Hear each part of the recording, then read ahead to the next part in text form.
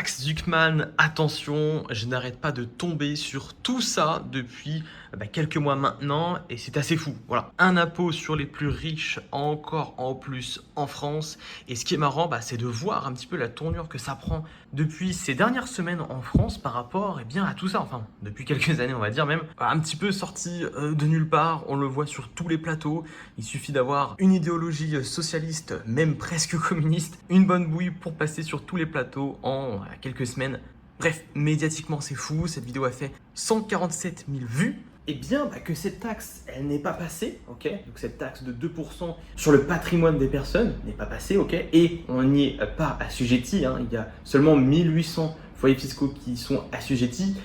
En fait, ça crée quand même un environnement assez instable. On a l'impression que l'environnement est instable en France, même si ça passe pas, même si on n'aura pas à payer cette taxe, ça donne pas envie de créer quelque chose en France. Et ça, il faut se le dire. Et je pense que le pire, c'est de voir toutes les personnes qui veulent littéralement dépouiller les gens qui font plus d'argent. Et après, on s'étonne pourquoi on voit tellement de gens de partout en Europe venir ici à Dubaï. Voilà, c'est pas trop business ce que je vous partage là, mais c'est le but aussi des vlogs, de vous montrer un petit peu certaines choses vis-à-vis de ce que je pense, parce que beaucoup font des vidéos, des vlogs, mais ils sont blancs comme neige, ils n'ont pas de couleur vis-à-vis de leurs avis politiques.